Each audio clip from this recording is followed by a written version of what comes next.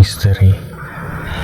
Bersama gue Mr. Kamis yang akan menemani kalian semua selama beberapa menit ke depan dengan cerita-cerita misteri yang belum tentu kalian dengar sebelumnya.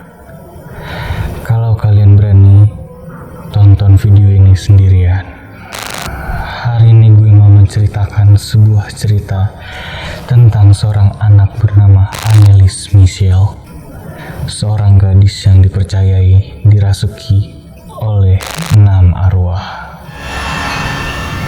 Annelies Michel hidup di Bavaria, Jerman Barat di tahun 1960-an, dan Annelies Michel menganut agama Kristen.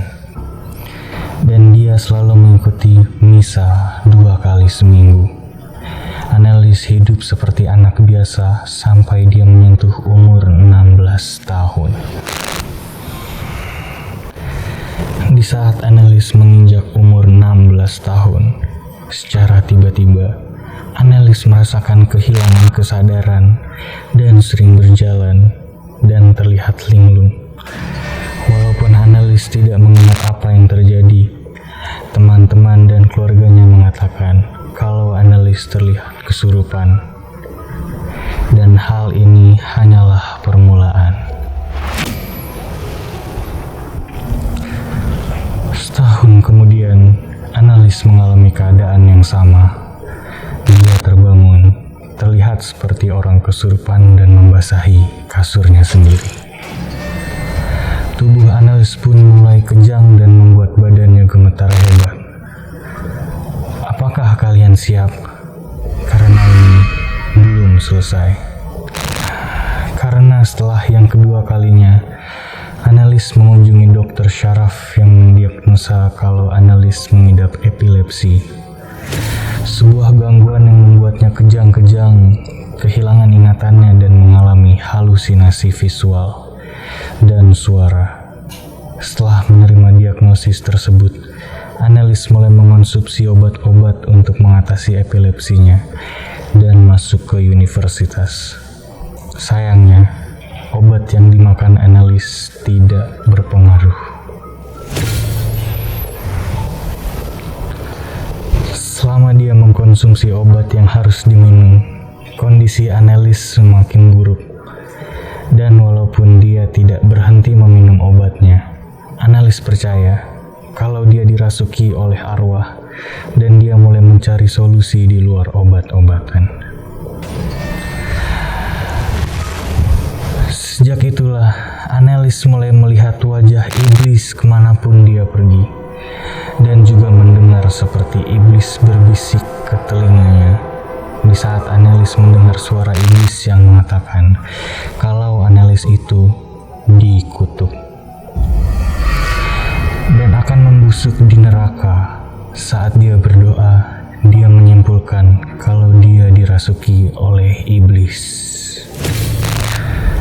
Dan dari momen ini, Annelies mulai mencari pendeta untuk membantu mengatasi iblis yang merasukinya. Tetapi semua orang yang didatangi menolaknya.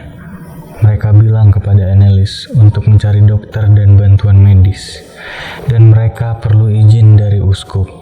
Dan di momen itu juga, delusi yang dialami Annelies menjadi lebih ekstrim lagi.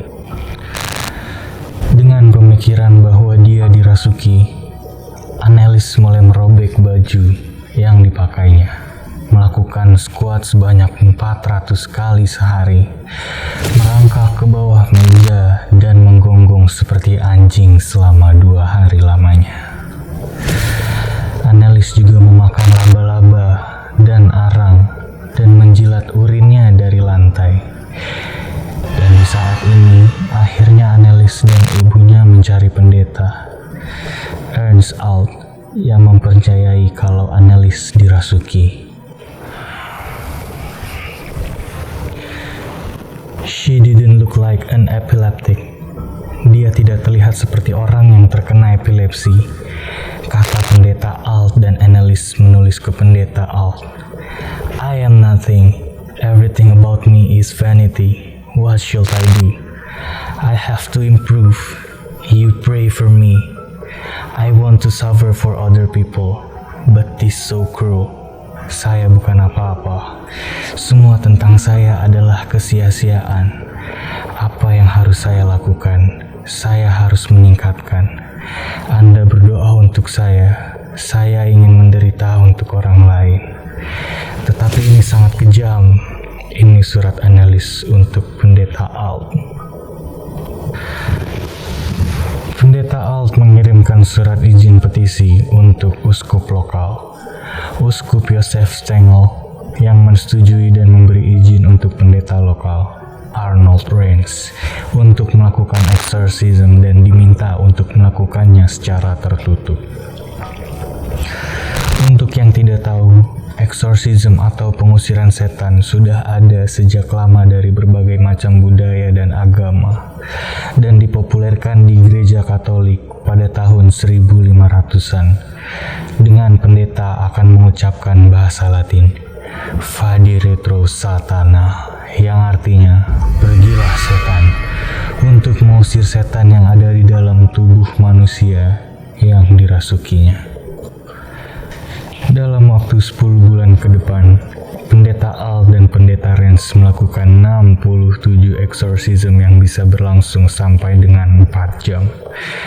Dan dengan cara ini, Annelies dipercayai kalau dia dirasuki oleh 6 iblis banyaknya. Keenam arwah ini beradu untuk siapa yang bisa mengontrol tubuh Annelies dan berbicara menggunakan grama. Sayangnya, Annelies meninggal dunia karena kekurangan gizi dan dehidrasi pada tanggal 1 Juli 1976. Karena di saat para pendeta akan melakukan exorcism, Annelies akan dikekang oleh ibunya sehingga secara perlahan Annelies berhenti makan dan minum. Sangat tragis sekali hal yang terjadi kepada Annelies. Semoga dia sudah tenang di alam sana. Dan itu adalah cerita tentang Annelies Michel. Jika kalian tahu film Exorcism of Emily Rose, ini adalah cerita yang diangkat dalam film tersebut.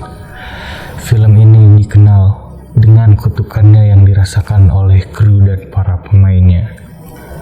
Apakah kutukan ini berdampak kepada penontonnya? Silakan buktikan sendiri. Dengan itu, gue Mr. Kamis pamit undur diri. Jangan lupa di like, subscribe, dan hidupkan lonceng dan share video ini ke teman-teman kalian yang berani menonton. Gue Mr. Kamis undur diri. Sampai jumpa di Kamis selanjutnya.